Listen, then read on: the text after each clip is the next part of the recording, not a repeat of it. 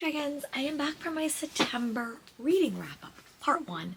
I really am I'm trying to get better at doing wrap-ups in a way that I actually will do them. So I'm taking some inspiration from Marilee Kristen, who I've been following for years. In addition to the books I wrap up, I'm also going to wrap up what's been going on in my life, any TV shows that I watched, read, or played, or anything entertainment wise, and just kind of a recap of the month and how I'm feeling.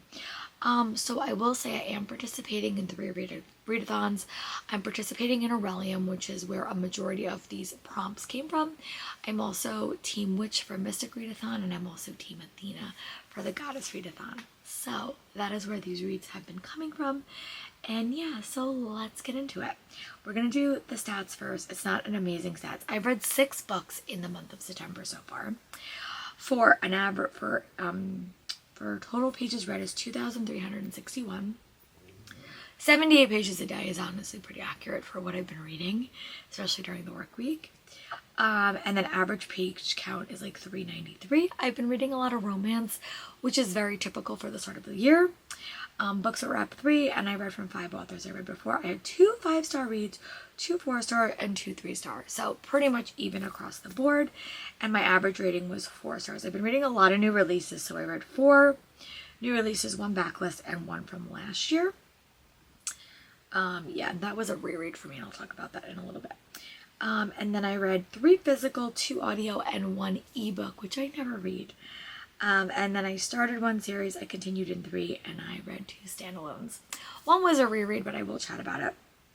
And then I read 3 companions as well. I read 2 physical arcs, 2 from Audible, and 1 from KU. And I read 1 owned. I read 1 fantasy, 4 romance, and 1 mystery. And yeah, so those are all the books we're going to chat about. And now let's get into them. I'm just going to do them in the order that I read them, and then we will talk about the movies and TV shows that I've been focusing for the first half of September, and then I'm going to wrap this up. Hopefully it won't be too long, but I will be back once I have gathered all my books for you.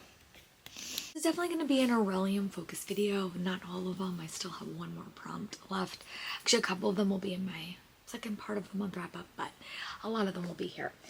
So the first book I read was for a prompt where I had to read a book with vampires in the book, and I also had to read this for a blog tour I was on. So I picked up Lucy Undying from Kirsten White, and I don't know, this book really had me at the start of the story. Basically, you follow a couple of different point of views. You follow a main character in the present that is kind of sent back to her old family's home to kind of gather it and put it back together, and she finds a diary and she starts kind of uncovering what happened to Lucy that lived in this house. And then you follow the journal of Lucy as she's turned into a vampire, and then you follow a modern day doctor being told the subsequent story about Lucy in the present. There's a lot of point of views in here, and I think that the story felt a little bit disjointed at moments, and you were being told the same story in a bunch of different ways. But the vibes were vibing. I think this was a very, very creepy, atmospheric story. There was an LGBTQ plus focused story in this, but the second half just did not keep me as captivated. I really liked, what is her name? Iris. She's the character that's kind of uncovering her family history. I like that, but the second half of the story felt a little bit flat. So this wasn't a new favorite. I only gave it 3 stars, but it does have vampires if you're looking for vampires for a challenge. And it wasn't my type of story, but when I was reading this, it reminded me a lot of Lexi from Lexi Loves Books with Lexi. I do not know why, but it reminded me of her. So I don't know. It was a very it felt like I was reading a story 3 different ways. So I felt like it got a bit boring for me. But it wasn't amazing, but it also didn't bore me to tears that I had a DNF it. So, but if you're looking for an atmospheric vampire story with an LGBTQ plus storyline, I would check it out. And the next book I read was a reread, and it is Shadows of You by Catherine Cowles. For one of my classes, I had to read an emotional read, and they are always emotional.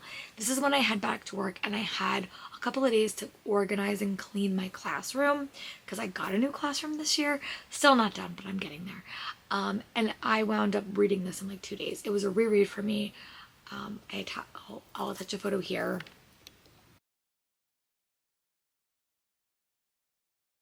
book in her Whispers of You series. This follows Aspen's story, and she's a single mom. She lives in this town and her past comes to haunt her.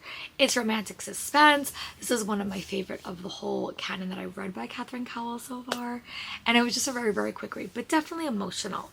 There is very, very high stakes in these stories, so that's why I added the emotion, and I really liked it. Gave 5 stars, but it was a reread. And then I also picked up another ALA read, is The Cinnamon Bun Bookstore by Lorelei Gilmore. I had to read a sequel for an emoji poll, and this is the one that I got picked just because it was a book that seemed interesting. And this is a romance. I had a fun time with this book. I think I liked it a little bit more than the Pumpkin Spice Cafe.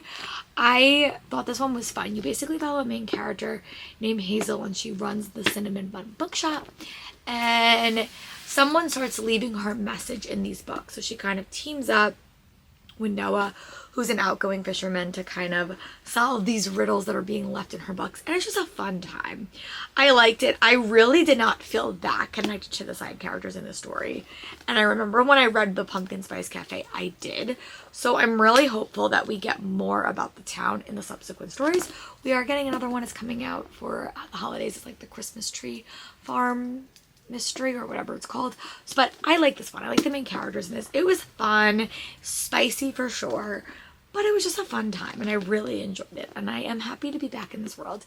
If you are a Gilmore Girls fan, I would at least check the stories out. But I did like the romance better in the story than I did in the Pumpkin Spice Cafe. So that's just something that I noticed. And then I also, for one of my classes, had to rate a 5-star read prediction. So I picked up The Grandest Game by Jennifer Lynn Barnes. This is a totally new series.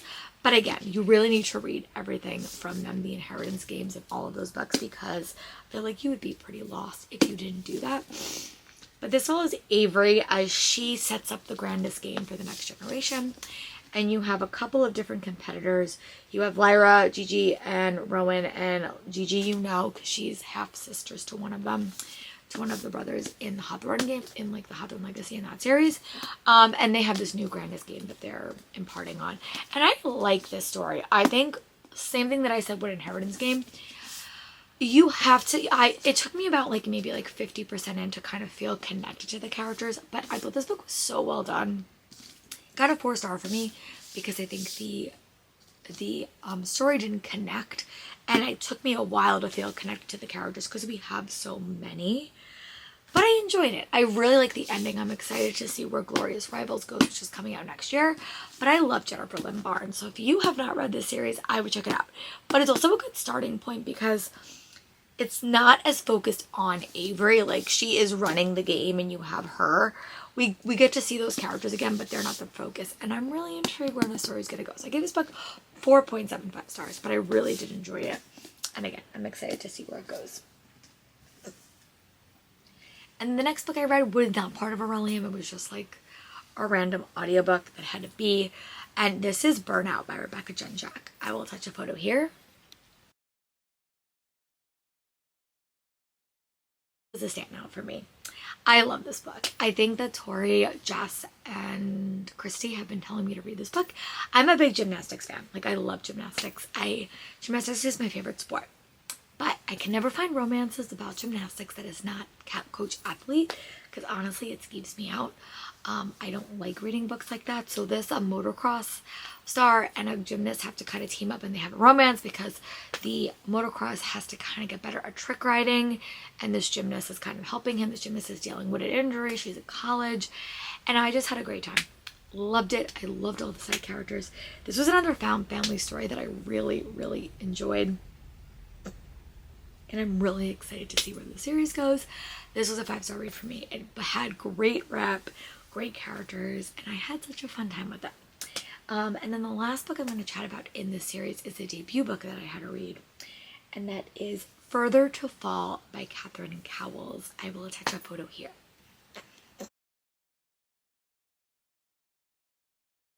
Debut, so I'm going to be a bit like nice to her because I think that this book had a lot of promise. So this is an MMA fighting romance with a teacher and an MMA fighter, and I think this book, Catherine Cowles didn't have her footing yet. I think she set out to write a MMA romance, and then I think it kind of dived into more romantic suspense, and I don't think that was like the plan for the book. So the book felt busy. The characters I did not feel connected to. I didn't really like I didn't like the male character in this at all. But I really did enjoy the side characters. This book just felt busy. And I felt like I was getting, like, I didn't know. It also had a really, really weird, like, timeline. It was, like, a very, very long timeline. And I felt like it was probably more friends to more. And I just didn't like the male all the time. So, yeah, that is my thoughts on that.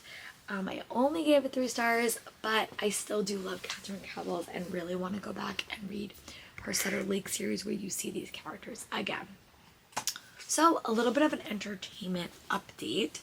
I did start my Marvel rewatch and I finished Secret Invasion, which everyone said they hated. I finished it because I'm a completist. And I don't know, I gave it 3 stars. I like seeing the main actors like Fury get a little bit more depth in a TV show. So I watched Loki season 2, which I did like. I didn't love it, but I liked it. And I think Loki's always a bit complicated for me, but I liked it. I gave it 4 stars if I had to rate it. And then I finished What If season 1 on for Marvel. So my plan is to finish What If season 2 this week, but I'll talk about that in my next one. So let me know in the comments what you have read recently. I would love to know. And I will talk to you soon for my next video. Bye.